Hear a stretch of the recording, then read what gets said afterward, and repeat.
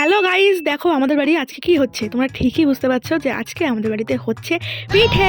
শীতকাল তো চলে এসেছে, আর শীতকাল মানে হচ্ছে পিঠে পার্বণ। কিন্তু এরকম সাধারণ মার্কা পিঠে শুধু আমার বাড়িতেই দেখতে পাবেন। তোমার কি হচ্ছে? পিঠে হচ্ছে। এ কি পিঠে হচ্ছে বলে মনে হয় তোমার? হলে এই খেতে হবে। তো চপ হয়ে গেল, আলুর চপ। গাইস চলো দেখে আলুর চপ তোলো। শেষেরটা ভালো হবেই, হতেই হবে। বলেছিলাম না অবশেষে শেষেরটা একদম পারফেক্ট হবেই হবে। যাই হোক, আমার মা কিন্তু পিঠে বানানো শিখে গেছে গা।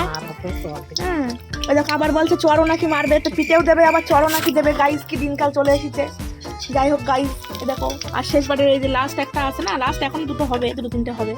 যাই হোক দেখো, বেশ কিন্তু ভালোই হচ্ছে, বড় বড়। এখন চপের থেকে ডেভেলপ হয়ে একটু পিঠের দিকে গেছে কিছুটা, মানে ভালোই গেছে। তো তোমরা বলো কাদের বাড়ি পিঠে করা হয়েছে কিংবা হচ্ছে কিংবা হবে সামনে। তো মানে এখন তো পিঠে পার্বণের দিন।